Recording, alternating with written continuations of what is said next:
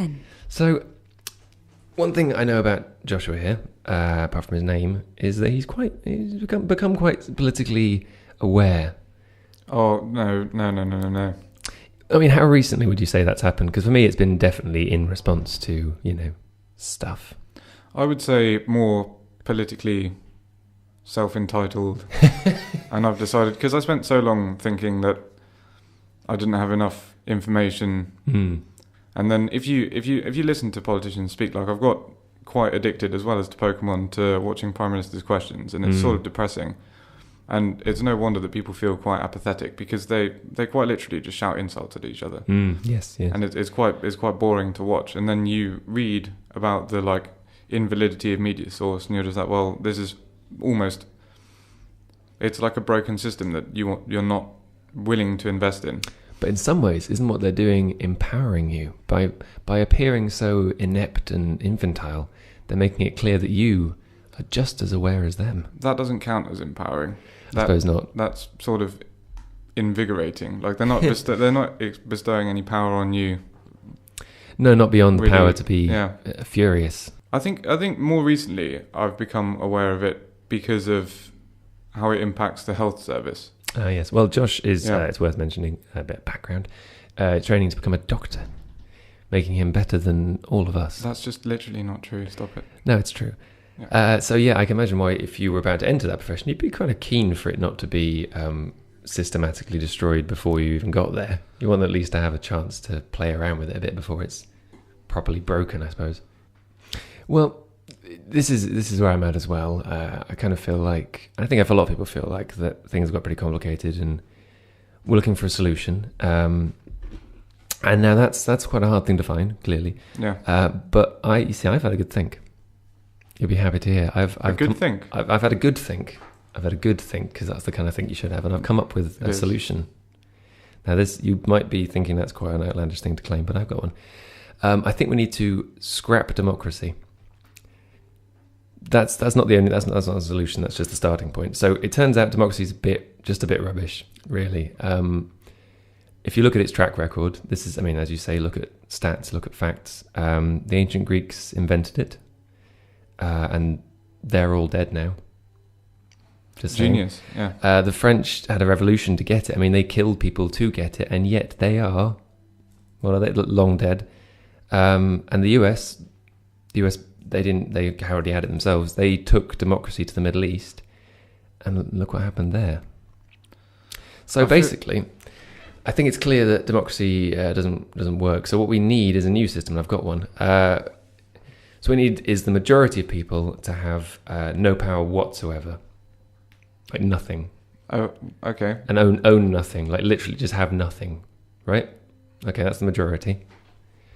Then above them is a small number of people, ideally people who have, a decent amount of land, so they know about management and stuff like that.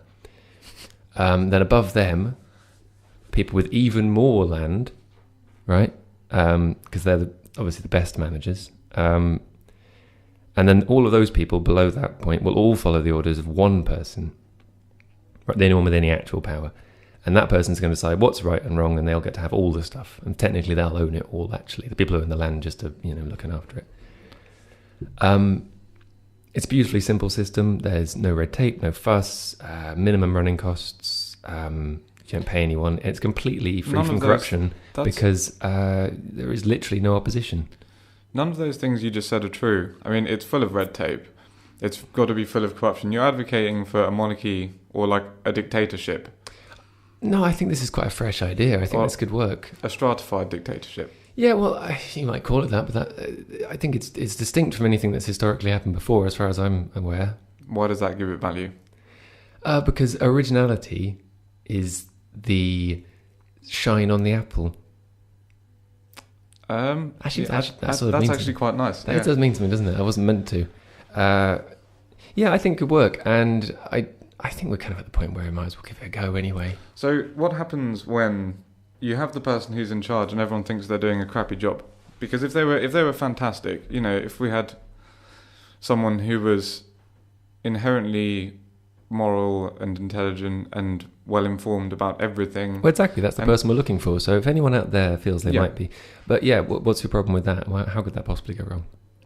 Because it's assuming they won't change when they're put in that position. I don't see why they would. I mean, No? people don't change. That's a well-recognized fact. Ask anybody who's been in a relationship. People don't change. People don't change. No, exactly. So what you need is somebody who's good. That's the starting point. But who picks them? Well, they pick themselves because they're obviously good and they're good at doing everything. And only one person in the world is going to pick themselves. Well, everyone else. Hopefully it'll be the best one. Well, the best one would be best at picking themselves and also best at being heard, because the worst people wouldn't be very good at that. I don't like the idea of this world. The person who's best at picking themselves as the self-proclaimed master is in charge of everything. Yeah, exactly. But you forget the part that they're really good generally. They're good across the board. What does good mean? It means not being bad. I know, I it's didn't know interesting. that. That's it. It's all about binary opposition. That's really how language works. And there's no real grey areas. Grey was a colour invented by socialists to try and make things more complicated. It's not really a thing. And more boring. Exactly. Grey's black and white is great. High contrast. 3-week-old babies like that. I learned that the other day. That's all they really want. They don't recognise your face. They recognise that it's a contrast from the background. Is that true? Yeah, sit against a pick background. They don't see your face. I feel like you're making this up. No, that's true. There's a thing where you give a child a paper plate with a face drawn on it and they'll stare at it for hours happily as if it's you. They don't recognise your smell and your voice, but they literally can't really see you because they just see blurry, weird, swirly shapes. Maybe that sort of goes back to what we were talking about earlier, and sort of until they get complex enough, you don't really get that sort of reflection or interaction, or you can't really foster a relationship. I mean, if you can foster the same relationship with a drawing of one of the people, then it's not really a relationship, it's a bit vacuous. Exactly, they're facile creatures. They won't even look you in the eye. I mean, that's, to me, quite insulting. I figure if someone's going to take my food, my house, my space on my couch, then they should look me in the eye. I mean, they make a lot of mess. And you got to back that up with some strong personality. It's like the friend who comes round and knocks over drinks, but is, a really good laugh. That's fine. They're not really a good laugh, but they still knock stuff over and scream and disastrously wet themselves in a sort of fountainy kind of way. I don't think they are a good laugh, though, babies. I think that actually I prefer the drunk friend. Like, at least then you know what to do with them. You can put them in a place and then just forget about them until they sober up. And they can just lie in their own filth and you don't feel guilty because it's self-inflicted. So if anyone would like to be Josh's friend, it does sound like pretty great, doesn't it? There's many vacancies available.